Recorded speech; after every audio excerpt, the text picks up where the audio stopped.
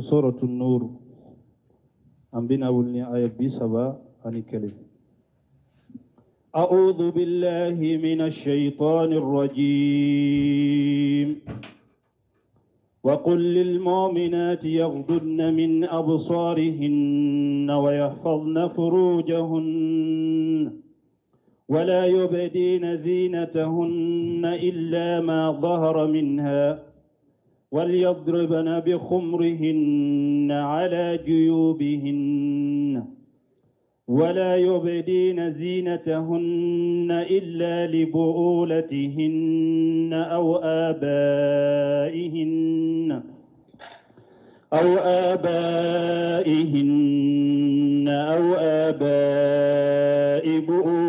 بؤولتهن أو أبنائهن أو أبناء بؤولتهن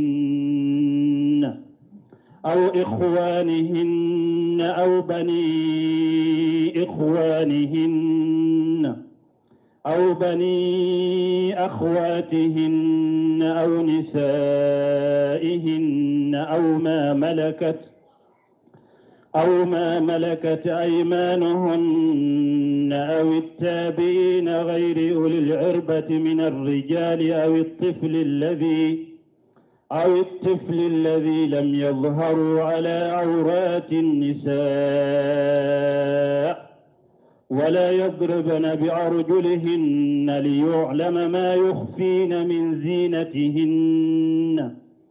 وتوبوا إلى الله جميعا أيها المؤمنون لعلكم تفلحون. بسم الله الرحمن الرحيم والصلاة والسلام على نبينا محمد وعلى آله وأصحابه وسلم تسليما كثيرا. سبحانك لا علم لنا إلا ما علمتنا إنك أنت العليم الحكيم. أستغفر الله الذي لا إله إلا هو الحي القيوم وأتوب إليه. اللهم انفعنا بما علمتنا وعلمنا ما ينفعنا وزدنا علما. biye sibiri suye hijriya bakele ani kemenani ani binani ani saba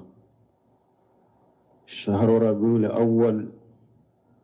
minye hijra sankalo sabana bisuye umuga ani nani nai miladi nasara ka jate ba fulani mugani kele sankalo tanna bisuye bisabanai ambe bako jikoruni golofula masjid salamu kono. أعوذ بالله من الشيطان الرجيم. وقل للمؤمنات يغضضن من أبصارهن إلى آخر الآية. ni aya nyamaru kanye kabo alafe masamin korota lendo nabe mu'minu muso nyamara naye ani ala be keleya mu'minu muso ala ka jon mu'minu ala ba ke ka keleya uye uka muso ka kibariyala ani mu'minu muso uluni kafiri muso uka bonyo na jahili muso وتمييز لهن عن صفة النساء الجاهليات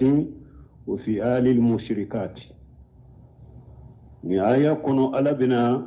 nyamralike mu'minu muso uni jahili muso kabonyona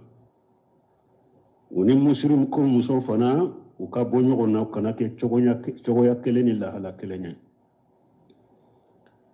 ni aya ni wati ya soro aya mbe kuma ko nane amburu prepare latige ni alama ubabi bile sure una dafa afolo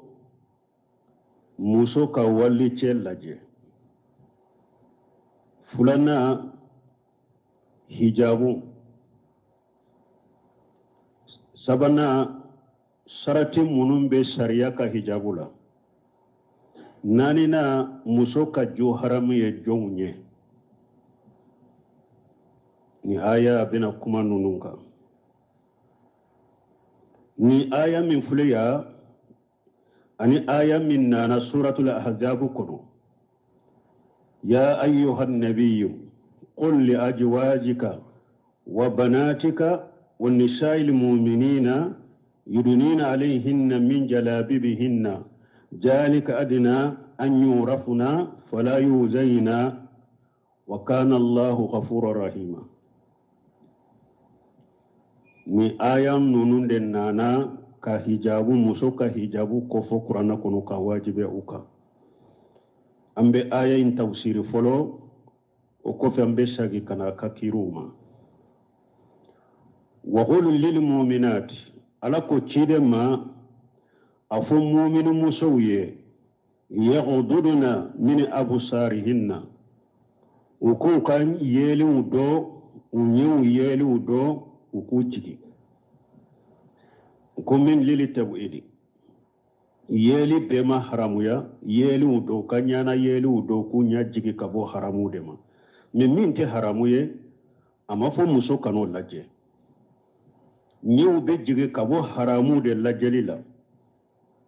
ورأت بن كثير كو أي أما حرم الله عليهن من النذر إلى خير أزواجهن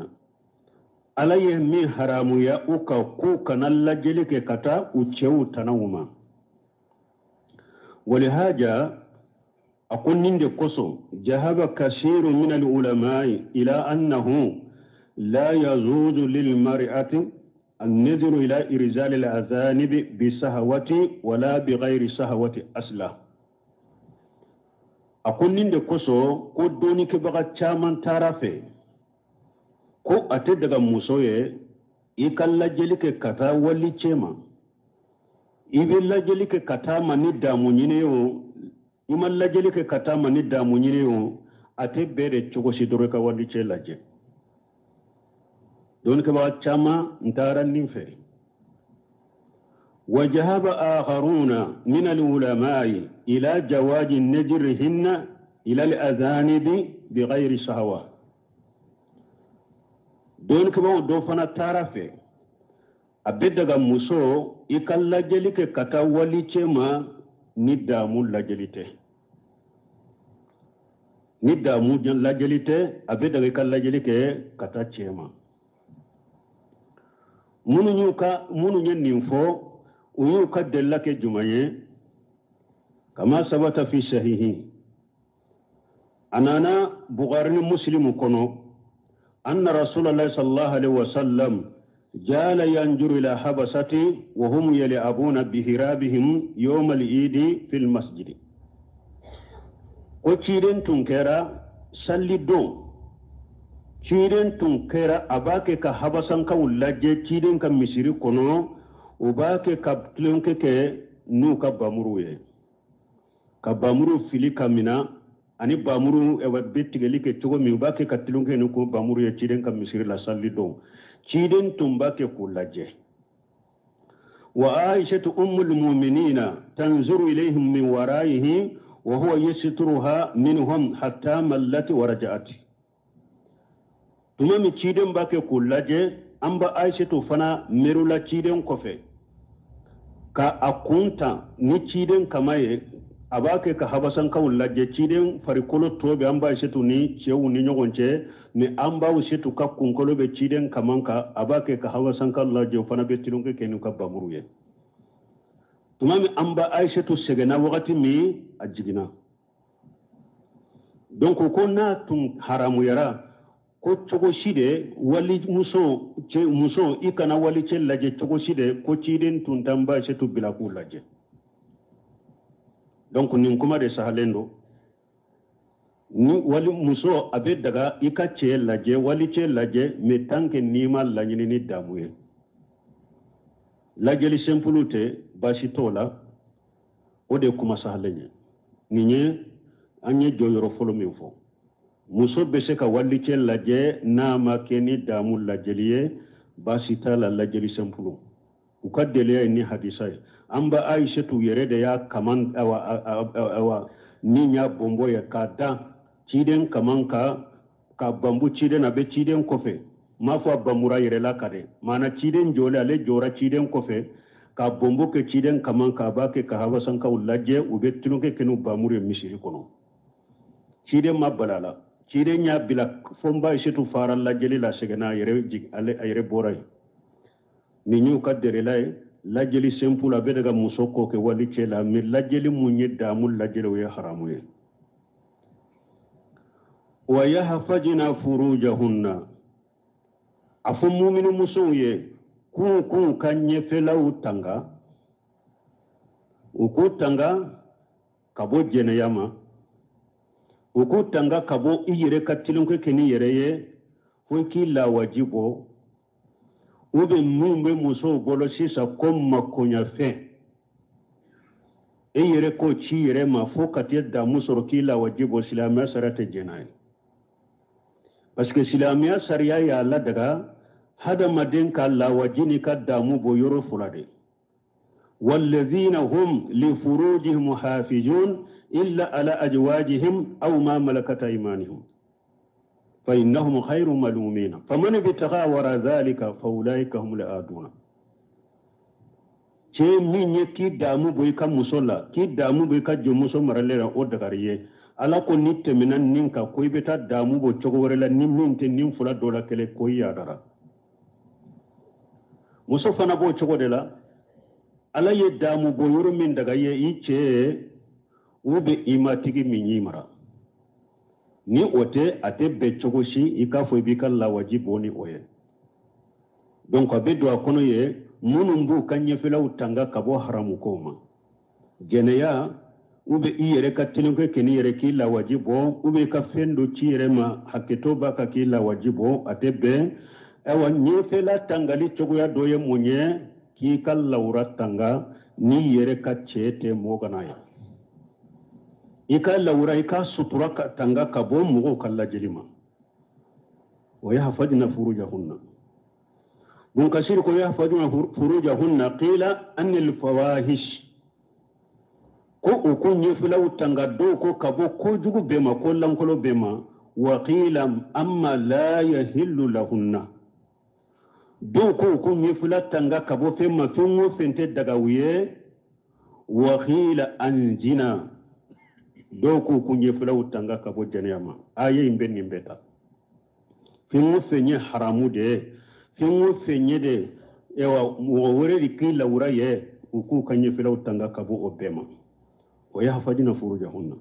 wala yubdina jinatahunna illa ma jahara minha ukanu kam masri bange mogoye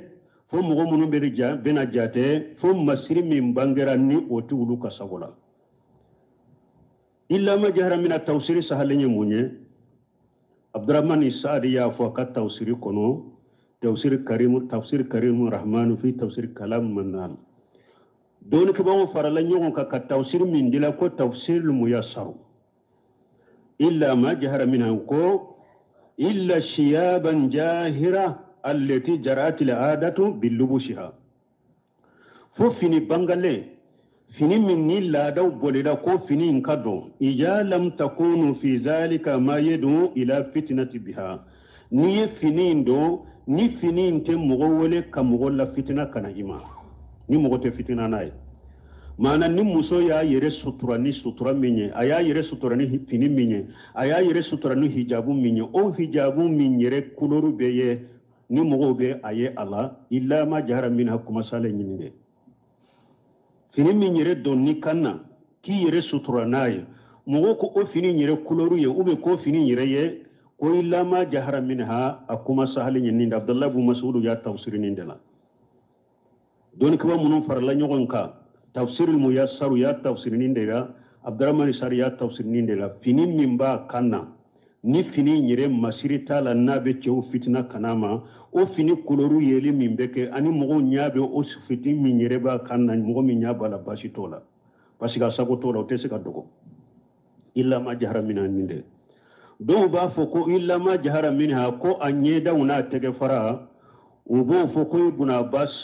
ko alay ayain tawsirini oye uko turugu nana ko ibn abbas ko illa ma jara min hanyeda uni tege faraw ko kuma babela harisa nana la asaru nana ko ibn abbas de ko illa ma jara min ko nyeda uni tege faraw de ko kuma babela donc munum ba fo ko muso ko anyeda suturalite wajibiye ubeta diloni aya de la kuma sabama mate silamiya sariyala muso ka fitina yoro yere nyeda de muso ka nyeda suturali ya wajibi de do beta dilo albani fana ka kuma wala ka kitabu kono jilbabul mar'atil muslima albani yere ya yiraw kitabu kono ko muso ka nyeda suturali ko akanyi ko sunna de do ko sayba muso tumbu nyeda suturade ko ne ale ko sisa asuturalite wajibiye ni ako akanyi o de nyumaye o de sunnaye saybo kam muso ni sarafu kam muso betumbu nyeda suturade ebe mu wore nyini ko albani ko wajibite te me albani ma fo ki kam muso nyeda bila kene kade akon ni fitina bala ni muso nyeda boli benani fitina ye a wajibra kadatu fuqa hawu be polo hari majabi tigi munun ko muso kas nyeda suturalite wajibiye be ya yiraw be benaka kunnan sirana ni muso ka nyeda yera be cewu fitina ko wajibi do aka adatugo ko wajibi do aka nyeda datugo donc mo kan nim famu muso ka nyeda suturali ka fari kulu be sutura ka nyeda datugo wajibi de do silamiya sariyala Sheikh Albani kuma min fo kitabu do dilana kuma in kama Sheikh Abdullah Bumbaji araduke kuma in kama kafo muso nyeda suturalite wajibiye Sheikh Abdullah Bumbaji risala dila karaduke kuma in kama Sheikh Muhammad ibn Salih Uthaymin rahimahullah ay kitabu dila risalatul hijab li fadila Sheikh Muhammad ibn Salih al-Uthaymin ay araduke kuma in kama kitabu dilala kama asarimul mashhur على أهل التبرج والسفور وفيها رد على كتاب الحجاب للألباني تعليف شيخ حمود ابن عبد الله تويجر نين كتاب الدلالنا أردو يردك ألبانية كما منفو جلباب للمرأة المسلمة كنو كتاب تقول الشارم المشهور على أهل التبرج والسفور وفيه رد على كتاب الحجاب لألباني على كتاب الحجاب لألباني دونك مغو كان يرفعمو موسو كان يدا سطرلي واجبي دي إلا ما جهر منها من فليره يا ويفني من بالا وكرور من بكنما لنيني ودي وليضربنا بغمرهن على جيوبهن musoka minyo ka kunna biru fanaye nu ye hijabu indo ka farkolo be sutura uka kunna biru fanata kata ukunkoloka minye doloki inkaye anu ulu yere ka bedda tugu juyubu ye doloki kande uka kunna biru bere ufanata kun da ukunka kuka doloki ka ufana ku sutura amba aishatu ako alaka hinna ale ansaru folon uka muso alaka hinnula ako tumamini aya jigina wali yadribuna bi ghumurihinna ala juyubihinna amba aishatu ko yarhamullah nisa al muhajirat al ula ako muhajirna folon uka muso alaka hinnula لما أنزل الله وليضربن بغمرهن على جيوبهن صغغن مروتهن فاقتمرن بها أريسان ببغاري كنو أقول مني آية جينا كم مسو كوكا كنا بروتا كدا وكنكولوكا كوكا دلوكي كون داتوكو كم مهاجرنا فلو كم مسو تارا منكي ويريد تارا وكا اوا دراو وتارا ولود تيجي kuko tunna biriye ka biri ukunna ukaddaraw utara ulude tige kuke kunna bire ka biri ukunna muhajira folo ka muso ani sisan ka muso kajade muso fule sisan ni ko karasa hijabu abe akanto de iye hijabu dine mawa iye hijabu sannewa mituma mi muhajira folo ka muso ala yenni aya fo mo shima ce nyininka kata ce ma wa kuna brenyini yede uyere de tara fere ke wu kunda tugu chukomi taru ka darawde tige ku kunda tugu parce que bado ala ya wajibe ya uyere de ka fo uyere de ka nyanyini kake muso ni ce soro abe hijabu saka dima abake ka shisotu duma abake gaggawu saka dima abake ka niqabu saye hera de farala hera ka sino ala ye muso yere de wole ko wajibre ka iba nyanyini chogomi yere datugu kuma nyasira yere de mo muhajirna folo mu ceuma kono de wulu yere de taraw kaddara wutige ku kumbire nay arisa were nana minye asma fanaka hadisan nana qul lamma najalati hadisan wa nisafiyatan بنت شيبة أن عائشة رضي الله عنها هرس ورنا أنا كابون فنما قام عائشة كانت تقول لما نزل هذه الآيات وليضربن بخمر على جيوبهن أخذن أجرهن فسقخنها من قبل حواس فاختمرن بها ناتشوغور لا بغاري كونو كو أمبا عائشة كو كتما من آية جينا كو مهاجرين ومسو كو تارد وكتا في يروم منون كجا ukatafe yoro min kajja hakke min kajja ube do tige ola ku kole kole nyogona ku kala kala nyogona ka ke briefing ka ke kunna bire ka do kunna ufinu utaru ka finu de laje fini min kajja ko jugu ube do tige ka bola nini mfana kajja ko jugu ube do tige ka bola kulu kala kala nyogona ka abri ukunna ku kumbiri nay kumbiri nay donc ni fana ka famu ni hijabu donna bebe na prepare la tige o ka kunna biri fana da oka ka doroki kayinda tugo anu utilo o kan ka beda tugo wala yubdina jinatahunna illa libuulatihinna o kanu kan mashru bange pare fini min be musola bukuli munum bi tilola inye dawu itege farawu ishe kalawu i dishiw i kaw nunun de togo ko mashri wala yubdina jinatahunna muso kanu kam mashri bange mogoshiye illa libuulatihinna fo uyere kaw chew ni nye foloy uyere ka furuche muso yere ka furuche o bese kiye ka parefino la binye da uya bitege fara wole mashri munum bila abaye ni nye foloy أو آبائهن فلنا أبي مسو أفا مسو فا أيري ولوفا أبي مسو موكي كتافو سامفي أبسك مسو يه أكام مسيرلا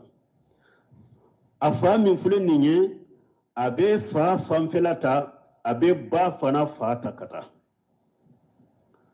مسو ولوفا o dagara adagara o kam muso ya kam masirila afa o fana fa kata fo sanfe adagara o kam muso ya kam masirila abba fana fa o dagara kam muso ya kam masirila fo kata sanfe aw abai buulatihinna ubi muso ufuru muso ufuru ke ufa muso ifuru lembe che mimma o che fa adagara aka eye ka masirla bura muso do ya dem muso ka furu muso de ye adenke abe nanda filla yoro mabe tembi huke adenke o furu muso de ye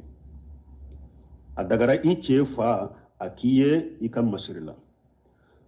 aw abunaihinna ube muso uyere ka denke muso idenke adagara okiye ikam masirla aw abunai buulatihinna ube iche ifuruche o denkew harina ya soro ode yere mo wolo mana ini sina muso munum bi che bolo ulu be de munun soro iche donc fenwo fenye ice ayere wolo dende o yika jumuramide adagara o kiye ika masirla aw ikhwanihinna ube muso uyere ka balimakew ini balimake min be fakele bakele ube ini balimake min be fadela ube ini balimake min abe badela adagara o kiye ika masirla ode aw ikhwanihinna aw bani ikhwanihinna ube ibalimake unu fana denkew muso eni che min be bakele fakele o che denke ika jumara mi dagara ka iye ika masirla ube ini che min be fala balima min be fala o balima ke denke adagara akiye ika masirla ube ini balima ke min be bala o balima ke denke adagara akiye ika masirla ika jumara mi do awa har nunun fana don ka jiga be bo cho kelena أو إخوانهن أو بني إخوانهن أو بني أخواتهن وبمسو يبالما مسو دنكي مسو إني مسو من بباكلي فاكلي ودنكي إكا جمرا ميرو الدغرا أكاية إكا مسرلا وبيني مسو مي أبي فادلا ودنكي الدغرا أكا إيه إكا مسرلا وبيني مسو مي أبي بادلا ودنكي adagara aka eye ika masirila ofana ika jumura mir aw nisaihinna ubi aw silama muso dama eye silama muso de ninye silama muso de adagara aki ka masirila mana adagara ka yinye dawuye aki tege farawuye aki shen farawuye bukli munum bila chele munum wala adagara akun uye meika fari lankolo tere ki ka fari kolo ki dulo ki bo ko amuso damade do o ko tede shawsira buntemiya ko ako salafu salihu kan muso kon nubu ka jumura mun ye koro ku tumbe yoro munum bo kenema ko oye nyeda de ani tege fara ani shen faraw muso dama tumbe ninde bo nyogonye ewa muso fana tumbe nununde bo uka jumuramu ye salafu ka muso nunu ka jumuramu be nyogon kan fule ka munun jate ube yoro jumanye uye unye dawo utege farao ushen farao nu be bo ube fari koro be sutura salafu ka muso chogo fule me la hala membe an bolo muso ide muso kogole mbubolo muso bi kafani be waraka ikulugutu be da ide muso nyabi la sarafu tuntenenke nuntun ka tabolo la hari dama muso dama ki fani boy ifari lankolo inyogona muso kaye sarafu tuntake hari muso dama nube jumaramu koro nyedaw de be bo tege farao sen farao me kiyere waraka awa kuma mana laura ko ne mamene laura ko la ciden ko te daga ceka inyogona ce laura laje ate daga muso ye iki nyogona muso laura laje ni muso dubu yere walaga de janko burusula ko yoro la ko dawla ubu yere waranga de ukuluguto ka ko nyogon ka kwa muso damadu de daw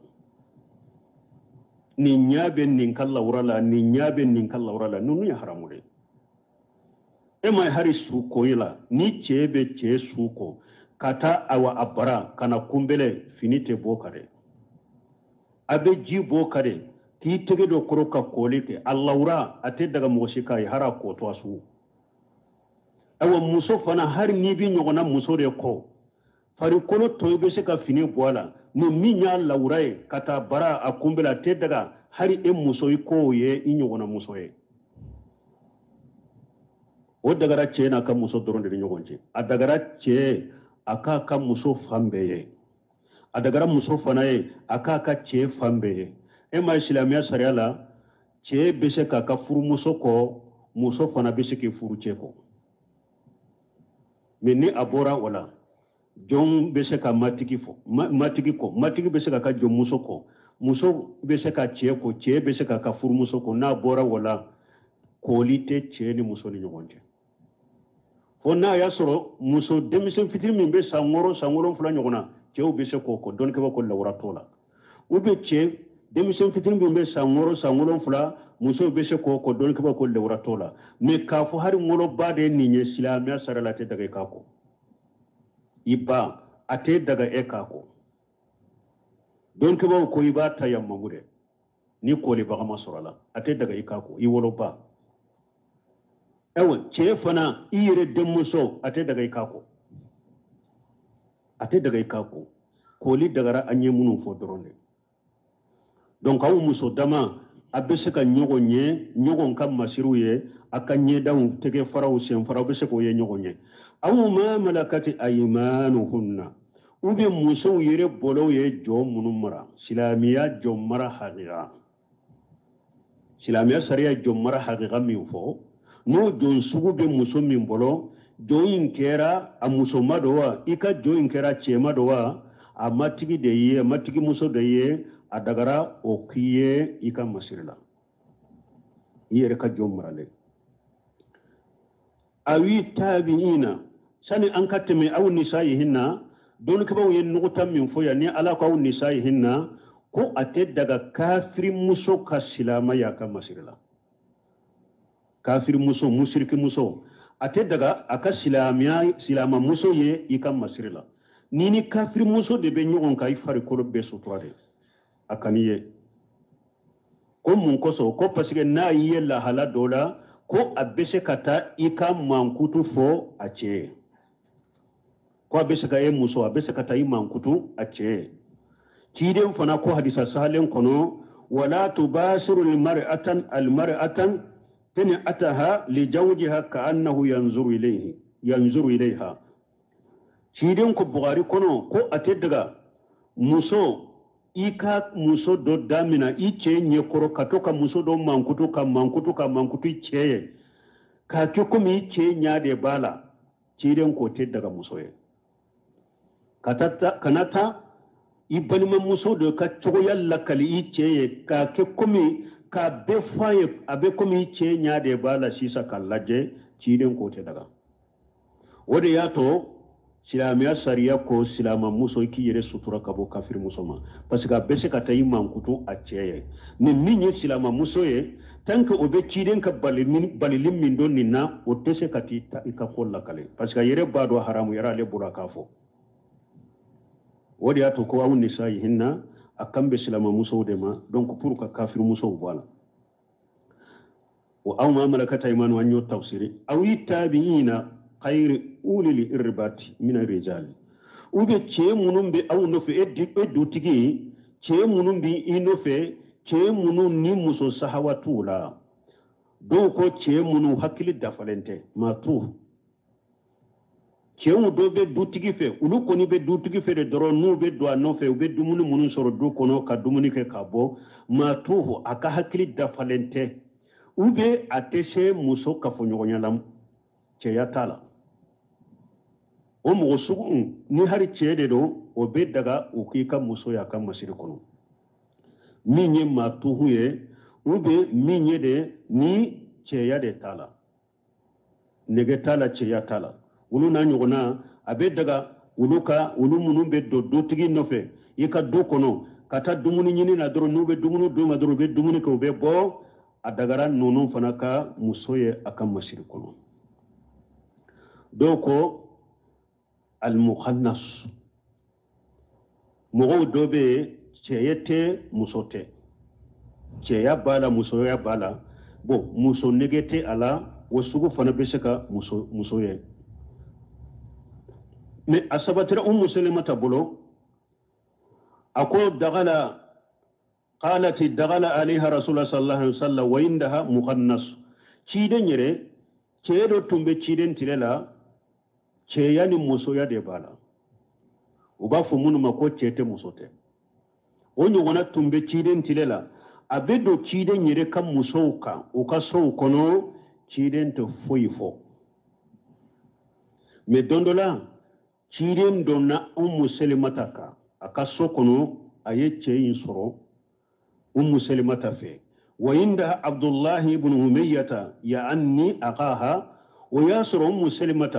أبلمك عبد الله بن أمية فنبيه والمخنص يقول يا عبد الله كيمي يكو تشيت مسوتي تشيدي ياسر أباك كافو عبد الله بن أمية ما أكو يا عبد الله إن فتح الله عليكم طائفة ni ala ye taifa dayela awiye na tara kelela taifa ni ala ye taifa dayela awiya ya soro kada sini fa alayka bi ibnati khaylani awa mbima khaylani kabila de be taifa uluka demuso mbima ika ulu nyini de fa innaha khaylani kademuso mbima iko nyini khaylani kademuso tuqbal bi arba'i wa tudbar bi samani mana afule ka muso in tilole de lakale yaro ni muso ni hada madu ndo tilola terew dube be konola ni terew be konola ni atigi nyasile mbila terew ye fulade me na ya kodi ma terew be ke joliye fulabe yanfe fulabe bo yanfe o be ke jole nani kombi ma khaylani ka de muso na ya nyeshima abia anyeshima nani de kono tere nani de chilembe kono ina tanki annugura na ya nyeshima aba nyeshima inyabe tere nani de la kono ina ne na ya kodi ma ibe shegide qala fasamiyahu rasulullah sallallahu alaihi wasallam tumami muqannisu nyefo nimfo chete musofte ayen nimfo chide nyen nimme fa qala li salimata chiden ko salimata ma la yadkhulanna haja alayki nibbi temena nin kana doika tuguni nimbe muso kodo akano doika parce que way werela la ara haja ya'lam la araha alla ara haja ya'lamu ma ha huna ni ne yenni je chogomi mimbe ni yorola mana mimbe muso kola nimbado la yadkhulanna alaykum akwa ka furmuso ma nibbi temena nin kana do kare nimbe musoko kalama abe musoko do nibbi temena kana do ka donc awi tabiina khayri ulil irbati min rijali wa yannunu de munu nyemma tuhu ye hakilin taw ka hakili madafa ube cheya tula ute musoko do nunu na nyogona bese ka do dutigi no fe nube dumuni nyine la ka dumuni ke ka bo ube se ku wi ka muso ya ka mashiri kono awi tifili alladhina lam yazharu ala awrati an-nisaa ube demisen fitini munu nute musoko kalama ute musoko lawra ko yeredo ni muso kumana abaka kuma magayali minke abedda mumindi chewma ube tamato yela be fitina munu lase chema nunun todo yere aya yere la magaw akuma nawo akera chogo lawo ute foido musokola demisen fitinu munun te musoko nyedo ute muso lawra nyedo ute musoko nunu adagara nunu fana ka muso ya ka mashirla me don kama ko mu wa demise mu ma ijuye ama balugo de me abe musoko kalama ni muso ya ke chogo ya dola ube na ye muso cheni yere ya ba laje chogo ya dola ube aba mankuto kara sai parela bi ha demise ye mu ma ijuye na ben nunun kalama abe muso kalawro kalama abe muso ko kalama hari ni demisen fitiro na ma balugo ya akana muso ya kan mashirla demisen min fitini min be muso ya kan mashirla be ya akan mashirla na dagara akan muso ya kan mashirla khairu mumaiz ate fen kalama ate muso kalawro ate muso ko kalama o dagara o kan muso ye akan mashirla wala yadribuna بأرجلهن ليعلم ما يخفين من زينتهن alakum muso ukanu shenke kadugu kolonta puru masiri munun bu shenna wana do ukanu oke nimfana minye salafu ka muso ye sebo ka muso uluka fini tumbe fufure iyaro tumami chiden ko cheuma uluka fini ka da gelengala chamanchela umuselmata ko chide ma akon muso fana ku katta feke chogodisa iko muso takada gelengala chamancela ube natemena gelengala chamancela akana jigali kabakuru fura duma akana shali kabakuru furama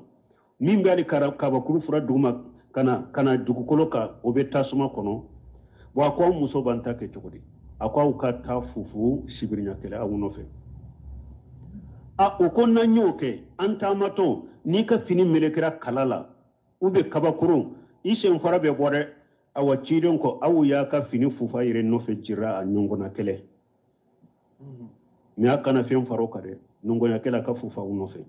donc muso tumbe ni la haladela donc masiri mimbu sheuna ateye donc ado be nu nana che groupe sigle na ubeteme ubu shenke ka dugu kolonta pour al khalkhal folo la senambolo na nege o tumbe do sheuna ubu shenke ka dugu kolonta pour akanka bo cheuna do ko masiri bu shena ala yu balo de la ku kanake a ube ku ewa ishenta duguma pour masiri mimbe finina jenge ka bwala na bo cheuna ye o fana be duwa kono o kanake tuma Abdurrahman Sadiye ni aya tafsiri akon ni nye qaida ye doni ke ba ye qaida do bonni hadisa ni aya na no ba fu saddu jariya ko do be lesiri la adaga lendo de akake me tanke nanya do anya do koni ni nkera akeli be ke sababu ka haramadum bila haramula ube akeli be ke sababu ka mugo bele kata haramu do kelima o ko dagale nyerebe haramu ya sinya kele parce que muso tamato iki senke ka dugu kolon tay tamato adagara ube madaga lesire la daga lende do me munya bali muso bolo parce que sen tanim benani masiri boli minye masiri mfana boli ya haramu de abena ni masiri doni minye sen ewa fini nkoro wode yato sentai haramu yara sino lesiri la foite sentala iyere ka tamato ki senke ka dugu kolon ta foitola me haramu yara tanke abena fen daga lendo de me abena ni ko haramu ele minye wode yato ale haramu yara wafu ni masaddu jariya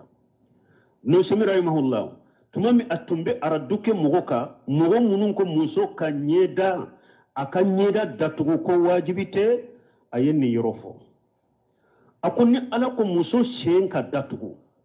hari ewa khalkhali senambolo nege mimbe sena shemwewa nege mimbe sena shen kana gosho o kana bo o kana bo ni wali chew bado ko masir bila konni ala ko muso ka shen datugo no kera wajibiye tugudi o sariya kele ba daga muso ye ko aka nyeda bo sariya min ko muso sen faraka datugo o sariya be adla da tugudi ko muso ka nyeda ka bo haja min tanakhudi akon nin kera sariya be nyogon gurja wala de akon muso ka nyeda ani muso sen fara fula fitina be yorojuma ha fitina be nyeda de la kateme sen faraka silamia sariya ba fu sen faraka datugo tugudi nyeda ka bo kenega silamia sariya la ko nu ko mugoma ebe muso do nyini a o ko muso nyeda kanyi kosobe de me defo de be sen fara indela ako akacha o muso sugi be doala ibafu me nu ko muso ni sen fara o kanyi de a sen togo kanyi me nyeda unde manyi ibe doa ko ite do bo silamia sariya fanala na ko ikata muso laje ni ba fe ka furu ko ikayro jumal laje nyeda ko har ni hijabu be nyeda wala ka nyeda de boy ko laje munna silamia sariya ko ni be muso goshi ako wala tadribul wajha kana gosha nyeda wala parce que ni ye muso ka nyeda cinya doro ya ka hadamadinya do bogola ye defo kala donc aye araduke munun ko nyeda datugulente wajibiye aka aradula ayen ni yoro fola silamia sariya tese ka fo ko muso ka sen fara fula sutura ka sage ka fo ko dagara ka nyeda bo ka soro nyeda de muso ka fitina yorobe donc Cheikh Albani nyinin karanina folo ka muso ka fini tumbe fufu wo ko sisa muso ka sisoti do abe tokodi ako folo mo ka fini muso fini tumbe fufu de me sisa ne ka fini te sika fufu ine fo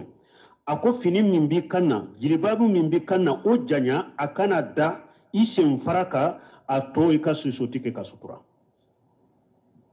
fini ndo kana da isen faraka fini ka da isen faraka ato ika sutura ni sisotia donc ni yaira muso ka sen farate bo abe sutura de ambena u prepare lati nya fo tuguni wa tubu ila allah jami'a ala ko abeka yere sage kata alama abeka yere sage kata alama abeka tobi kata alama ayyuhal mu'minun abeka sage kata alama abeka tobi kata alama parce que ala fule kan ni sariya munu fo mu'minu musulman ku kanka kenni la halaminna ewo iba soro ube mu'mini chema do de maralawo ni min ta fa marala oba balmake marala oba moke marala oba binanke marala oba che marala wodi yato ala ye tubu sagi kata mu'mini bema parce que muso ka sutura baliya min fule ninye ni do yera muso la do be ye muso fana marabawla irijalu qawwamuna lan nisa wodi yato ala ko ambede ka tubi kata alama la'allakum tuflihun abeka sagi kata alama abeka tubi kata alama ni muso nu ni sutura cogo munun fora masiru sutura cogo munun fora o kanu kan masiru bange mogo munun ye ulu fora te tanke ni muso sutura lente muso kan masiru be bange nunu ye junubu de do ala soso de do ala kutaw de do abbe ka tubi ka sagi kata alama ka bo nununa ala yaw nyamara ni minye akate donc hijabu mbalima ko mbe kuma damado de ka fulana de ko hijabu ko duru de be fara nyogon ko ba fama hijabu afolo yemunye awala al jilbab fini min yere be do kanna folo ka fari ko be sutura o de folo e o de la yemunye ya ayyuhan nabiyyu qul li azwajika wa banatika wan nisa'il mu'minina يدنين عليهن من جلابيبهن ذلك أدنى أن يعرفن فلا يوجين من يفلوي جلباب يري إكفيني يري دو مسو نيبي بو واللي تيون يكرو إكفيني دو مين بي فاركولو بسطرا كتا إكونكولو فوشن فرا مين بو بسطرا بافو نيندي ما جلبابو نين واجبرا مسو كان نيبي بو إكان نينكين قوله تعالى من جلابيبهن ولجلابيب جمع جلابيب وهو الصوب الذي يستر جميع البدن نيكو جلابيب فيني دو مين بي فاركولو بسطرا كتا يكونكولو فوشن فرا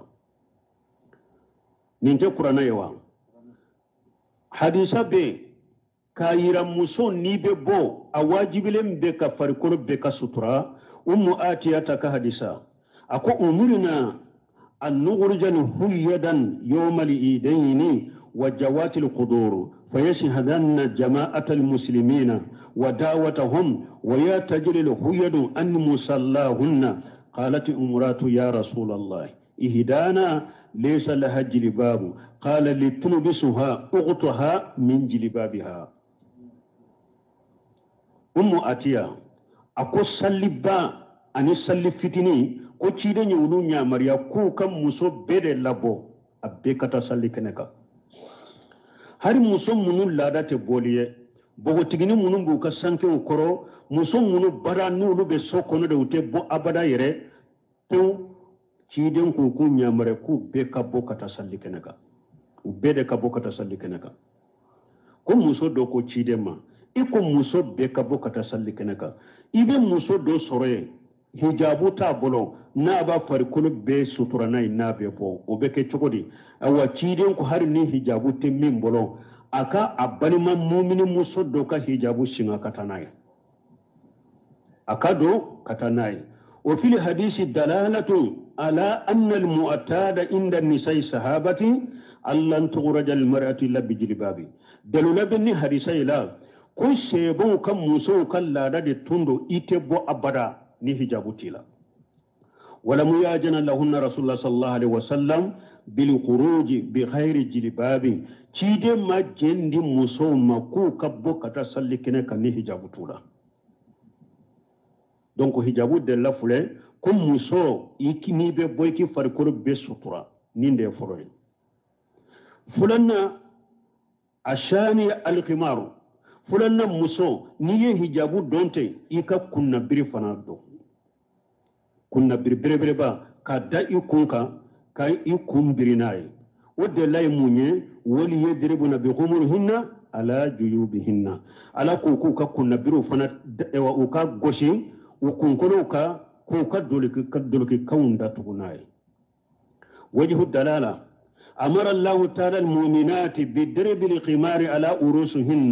وغد النص على اختمارهن على فلك نيامريكا يا كم مسوكا كنا برو غوشي كونكا ني دليل كايرانا ko muso nu be bo uku ka uku fana datuguni kunna griye anana amba ise to ka hadisala nyafo akotu mami aya injigina ko ninye muhajirin ka muso ye ku tara uka tafu de tige ku fara nyugon ka ku kala nyugon na ku kumbiri naye ninde fulay delila yera hijabula qur'ana kono delila yera kunna birila qur'ana kono ninye fulay ashalisan an-niqab sabana ninye nye datuguna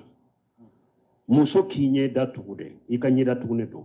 bo chiden tilila niqabu min tumbe ani sisan kan niqabu nonun te kelenya ori atu sisan kan nye datugunaw doni ke ba chama maso ka fatawa ke ko muso kudo ku kinye datugu sinya kelede parce que sisan kan nye datugunaw o yurwalende do folo nyeda tuguna yede nye kise fima inde beye inye kise fima inde beye ni nyeda tuguna woye sino inyeda tositeye nye kise fima indoro de tumbeye mesisa do tenyere beye numbeye o yurwalendo donc niqabu sabana muso inya tutun inya datugu ni nyeda tuguna o de lay munye de la bola Abdullah ibn Umar ka hadisanna na alaka je kabwama ako la tan qutidin ko la tantaqib al mar'atu al muharramatu wala talbasu al qufadayn qutidin ko muso ni yenna mutani al muray ube yenna mutani hijue koy kananye da tuguna indo de lay munyeya donc ni ya irana ja ni nye sebo ka muso ye ko nyeda tuguna ka do kinyeda tugu adonen tumbu bolo oda to chiden ko ni namu tay kanado rabi'a nanina al burqu nyeda tuguna faso do ba fo burqu wolo kufula madedo uba sori kunna nye woni umbeto komi ni mugo munumba uba fo mimma makshe ni che ubado akufula mado nye wo dorom bebo burqu fana be o chogodela muso tumba dila ubado nye wo ni doron de be kenema iba sori ikunkolola burqu yeninde muso tumbe nindo amba shetuka hadisan nana akotel basul muhramatu ma sa'ati kunni muso min namuta fini min kade ibado illa al burqa al mutawarid bil usufur fo burqu ni ewa irido de tumbe akasa tunkadi galade do be fini doala fo ewa burqu mimbe o gala sugo ina koy ikanodo ni be namula donc ni fana ya irana minya al burqu sebon muso tumbo fana do kunye daw suturanai nin kera joriye nani aqamisa duruna al qunfazaini minye gafula ja muso ka gafula fana do ka tege fara suturanu ye wali cew kana tege fara ye delila bo fana la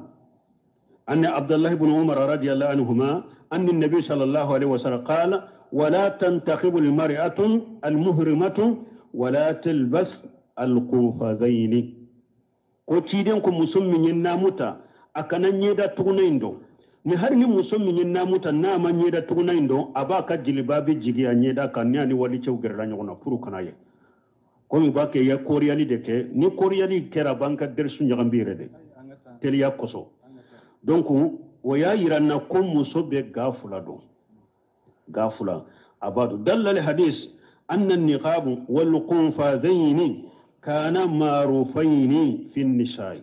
حديثين يا إيرانا كدلولا إيرانا كن من ينيدا تغنين مسو كوسري ani ka gan fula do ategela ko nunu nye ko fula ye ku donen tumbe muso chela seba muso chela utumbe nunu do kakoro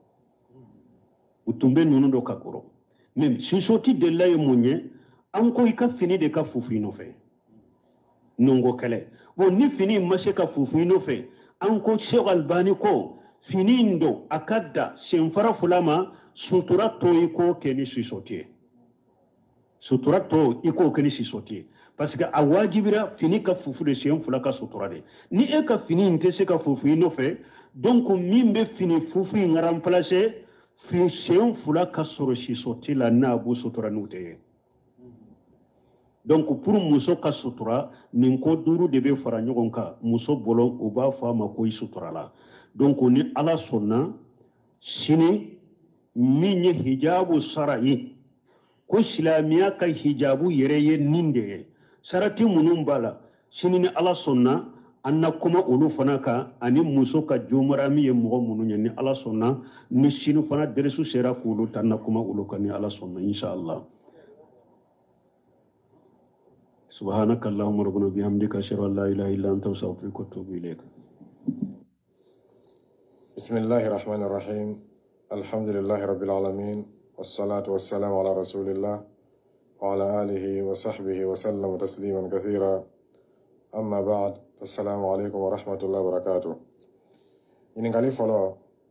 نيم سلا لمن كفى لمن مؤمن ناقة فنين جيني لو سنقولني دوما yala o tigila mɔgɔ bɛ segin a ka seli kama yala k'a fɔ ka fani jigi senkɔrɔni juguma haramu la a tɛ daga cɛlamɔgɔw ye a tɛ daga cɛ ye a kɛla kurusi ye a yɛrɛ kɛla jerekejan ye a kɛla fani min bɛ don fari dugumala la k'o lajigi i senkɔrɔ duguma o ye haramu ye a tɛ bɛn bal a bɛ jate kabayiraw dɔ ye kama dɔ ci b'a sallallahu alaihi wa sallam a kan to ما أسفل من الكعبين من الإزار ففي النار أكو فني رومو بي نو بيجي سنغورني دوما كو فندو كو بتشما كونو بايرا كو حرام بيلي بيلي الموكان كي مبالا إبي سلا والمدي سلا أنا أصلا تيلا مو ما كي يرى كما أتيلا مو فنا ما كي يروبو يا كما منا كا كولو فنا كما دو فرا أجلوموكا nga na tila mo sella o nyama o tege sababu ka tila mo ka seli chien ama fo nga ka seli mi ko be wasake akoni mina jurumu belebele sɔrɔ ka sababuya kɛ a ka fani don cogo la a fɔla ka kana don cogo la min na dɔw ka yɛrɛ k'a fɔ ni mɔgɔ min selila ka taa sɔrɔ a ka fani jiginni la k'o tigilamɔgɔ ka seli tɛ min na o ko dalilu kɛ hadisa dɔ ye alimam abu dawuda rahimahullah ale ka hadisa tɔgɔ lakali i n'a fɔ a nana ɲɛma ka mina abu hurairata radiyallahu ta'ala an bainama rajulun yusalli musbilan izara إذ قال له رسول الله صلى الله عليه وسلم اذهب فتوضأ فذهب فتوضأ الحديث أنا نعفو على بنا كواكي كان صلى الله عليه وسلم إنه كان يصلي وهو مسبل إزارة وإن الله جل ذكره لا يقبل صلاة رجل مسبل إزارة كوشيبا صلى الله عليه وسلم نونو أكا مودا بسلا تمانا من أبنا سلا شبا كما كايتا سلي تدونغانا سلي أكو كاكو تاني سيغن kuma labana ci ba ko sallallahu alaihi wasallam ko ni kenin de sella ka da ka fanin jigini lo asen duguma ko Allah taala do amma ko te mo ka sella mo mi ni sella ka da ka fanin jigini lo o to do kan ga dalle madama afala ka fo ni mo sella ka da fanin jigini lo ti la mo ka seli chena ni mo mi sella mo ko fe mo ka seli cheni lo o ti la mo fana ka seli chena nga ni haditha na masabati ka sawya ka Abu Dawud rahimahullah alaka min chemma ودويمي أبو جعفر ني أبو جعفر ني مجهول له اللونينته ويسبوي كحديثك ضعيفي كوسوني حديثاني ما سبب براتي كالا alna sorofana mu bayila ka waka sabati no ko barabe kala abe foyina ka fo seli min kala amina baliya tayira ka waka yesi ka to modo la seli temina wal mai foko bato temina nga ate fati la mo ma ka yesi ka to ina fo kiba sallallahu alaihi wasallam aka yara ka fɔ ni mɔgɔ min taara lagwalikɛla dɔ fɛ o tigilamɔgɔ tɛrɛ bi naani a ka seli tɛ minna nka an t'a fɔ a tigilamɔgɔ na k'a ye segin seli tɔgɔ kan tugun a bɛ seli diyagoya bolo ma an t'a fɔ ɲɛna k'a ye segin seli tɔgɔ kan tugun hali n'a sɔrɔ seli tɔgɔ tɛ minna na nin fana ni mɔgɔ min ko hadisa sabatila a kɔrɔ bɛ se ka kɛ k'a bɛn o ma o tuma fɛ n'o sabatila an b'a fɔ ɲɛna ko ni selila mɔgɔ kɔfɛ mɔgɔ min ka fani lajiginnen don baasi tɛ ile ka seli la i ka seli ka ɲi n'a diyara Alahu Taala ye nga ikoni yere korosi yesiri limamu kofe iba yila kafo limamu ni akala sara kabo ani limamu na ka yero korosi kabo kana son ka siri limamu kofe limamu makote ayrala limamu makote sunna la limamu makote dina la oto ma fe ni ka yero gora soro minu kafsa ka to ga ka siri koroto la nga ni sella ni mo suya kofe oto ra ka siri cheniro ka ben fan la jigima wallahu ta'ala a'lam yin ngari flana doko ale balfamso sikora la ka bila saraka dɔ bɔli la ka ye saraka dɔ bɔ ko n'o kɛla ko a mako bɛ ɲa a ma fɛnɛ ko ni saraka sugu ye kana bɔ sɛtana ka fɛrɛ lo sɛtana ka dabari lo saraka mun bɛ la sunɔgɔ la dasi saba kɛ saraka ye dasi naani kɛ saraka ye dasi duuru kɛ saraka ye taa di cɛkɔrɔba dɔ ma taa di sirewula dɔ ma n'i k'o baara suguya daminɛ i b'i yɛrɛ firila sɛtana le ma